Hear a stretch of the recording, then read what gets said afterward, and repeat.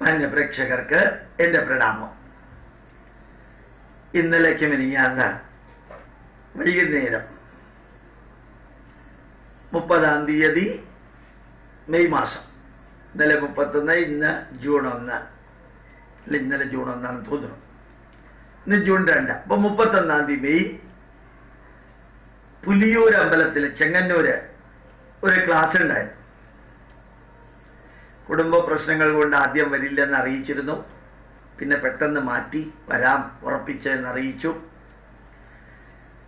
അവിടെ ആ പുലിയൂർ അമ്പലത്തില് ഒരു അസാധാരണമായ കാഴ്ച. അതിന്റെ മുമ്പിലത്തെ ദിവസം രാവിലെ 30-ാം തീയതി രാവിലെ പോകുമ്പോൾ തന്നെ വാട്സപ്പിലൂടെ മെസ്സേജ് കൊടുത്തു, SMS കൊടുത്തിരുന്നു പ്രോഗ്രാം ഉണ്ടാകുമെന്ന് പറഞ്ഞ. എനിക്ക് തോന്നുന്നു ഏതാണ്ട് 1.3 ലക്ഷം പേർക്ക് വാട്സപ്പ് മെസ്സേജ് എത്തിയിട്ടുണ്ടായിരുന്നു. അത് ആ ക്ഷേത്രത്തിൽ പ്രതിഫലിച്ചിരുന്നു. കത്തിക്കാളിയുള്ള ഒരു പ്രഭാഷണം ഭാരതീയ പൈതൃകത്തെക്കുറിച്ച്. ഏതാണ്ട് 10,000-2,000-3,000 പേര് വർക്കിംഗ് ഡേ ആയിട്ടും അവിടെ ഉണ്ടായിരുന്നു. ശ്രദ്ധയോടുകൂടി കേട്ടിരുന്നു. എല്ലാവർക്കും പ്രിന്റഡ് നോട്ട് കയ്യിൽ കൊടുത്തിരുന്നു.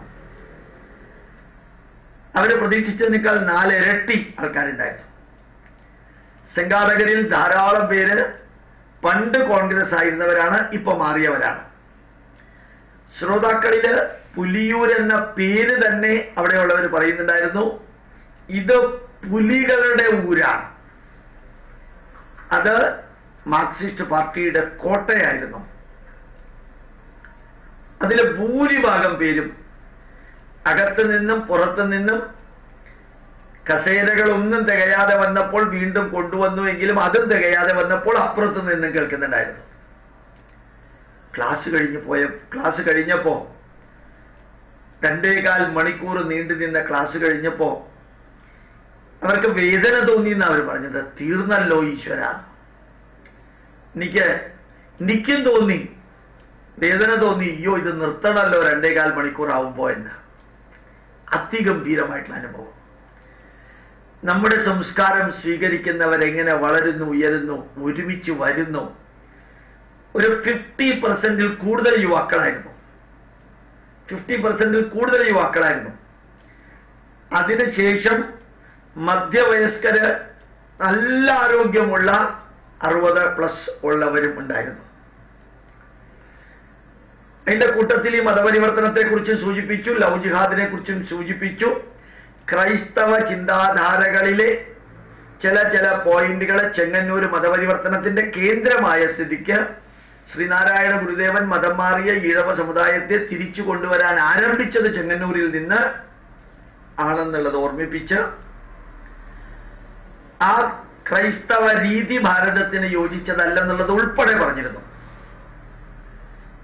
അത് കഴിഞ്ഞ് ധന്യമായിട്ട് ഇറങ്ങിയപ്പോൾ ഒരു പെൺകുട്ടി കുഴഞ്ഞ് ആടി കൊഞ്ചിക്കൊണ്ട് അടുത്തു വന്നൊരു ഉപദേശം തന്നു.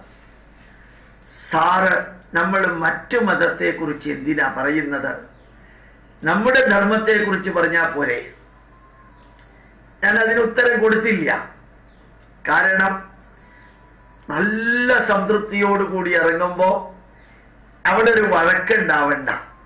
എന്നാലും ഒന്ന് സൂചിപ്പിച്ചു, മറ്റ് മതക്കാർ അവരുടെ മതത്തെക്കുറിച്ച് മാത്രമേ പറയുന്നുള്ളൂ എങ്കിൽ നമുക്ക് നമ്മുടെ മതത്തെക്കുറിച്ച് മാത്രം പറയാം.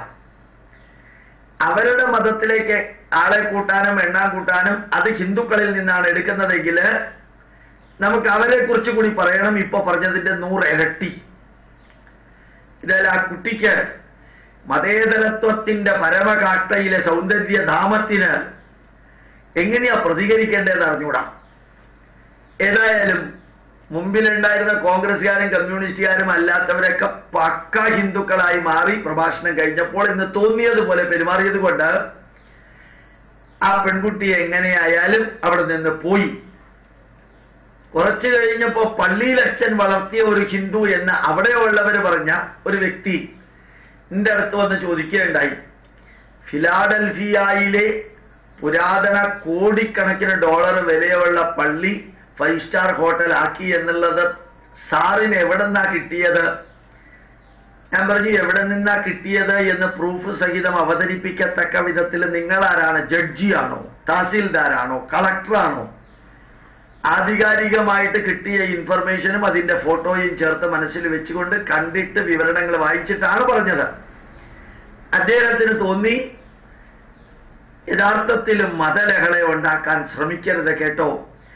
അപ്പുറത്തുള്ളവര് ഹിന്ദുക്കളെ ചതിച്ചും പറ്റിച്ചും അവഹേളിച്ചും ഓരോന്നും പറയുമ്പോൾ ശാസ്ത്ര സത്യവും ചരിത്ര സത്യവും വസ്തുതാപരമായ സത്യവും പറയുന്നതാണ് ഈ മതേതരവാദിയുടെ ലഹളയെ ഉണ്ടാക്കാതിരിക്കാൻ ഹിന്ദുക്കള് എല്ലാം മിണ്ടാതിരുന്ന് കേട്ടോളണം, അനുഭവിച്ചോളണം. അതിന് ഞാൻ പ്രതികരിക്കേണ്ടി വന്നില്ല.